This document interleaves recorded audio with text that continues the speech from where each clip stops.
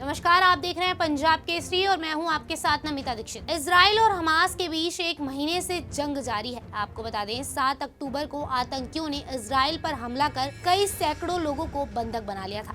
इसके बाद से इजराइल ने कड़ी जवाब कार्रवाई और समझौता कर अपने कुछ लोगों को रिहा करा लिया।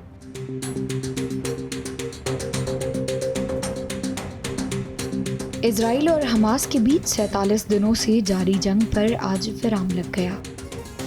शुक्रवार यानी आज इजराइल और हमास के बीच संघर्ष विराम की शुरुआत सुबह 7 बजे हो गई। इस युद्ध विराम को लेकर कतर ने मध्यस्थता की।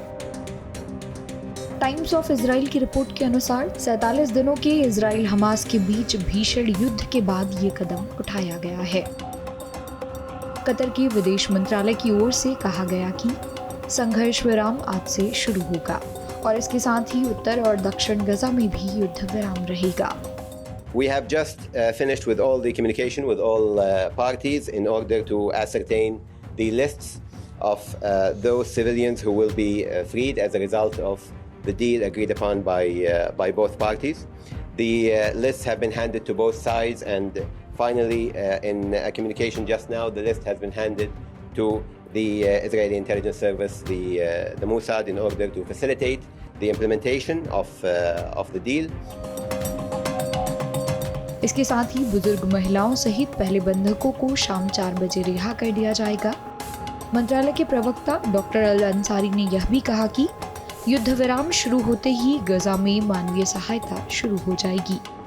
युद्ध विराम आज से 4 दिनों तक चलेगा, जिसमें 50 बंधकों को रिहा किया जाएगा।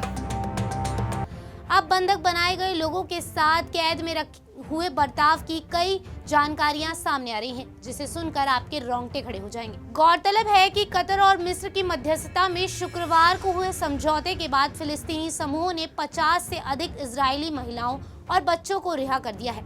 7 अक्टूबर को हमास द्वारा बंधक बनाए गए 160 से अधिक लोग अभी भी गाजा पट्टी में हैं।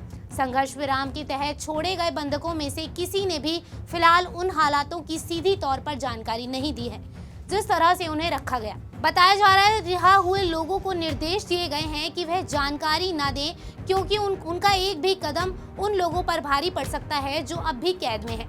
हालांकि इन लोगों का इलाज कर रहे डॉक्टरों में से कुछ जानकारियां सामने आई हैं, जिससे साफ पता चलता है कि कैदियों के साथ दुर्व्यवहार किया गया। बंधकों के परिवार इजरायली सरकार से लगातार मांग कर रहे हैं कि सभी लोगों को रिहा कराया जाए। शामीन मेडिकल सेंटर, जहां 17 रिहा कराए गए लोगों का इलाज चल रहा है, वहां के चिकित्सा टीम के प्रमुख रोनित ने कहा कि मुक्त कराए गए लोगों की जांच करने से पता चला है कि बंधकों को बहुत बुरी तरह से रखा गया, यहाँ तक कि उन्हें अच्छा खाना भी नहीं नसीब हुआ, क्योंकि जो लोग रिहा कराए गए हैं उनका 10% से अधिक वजन भी कम हो गया है।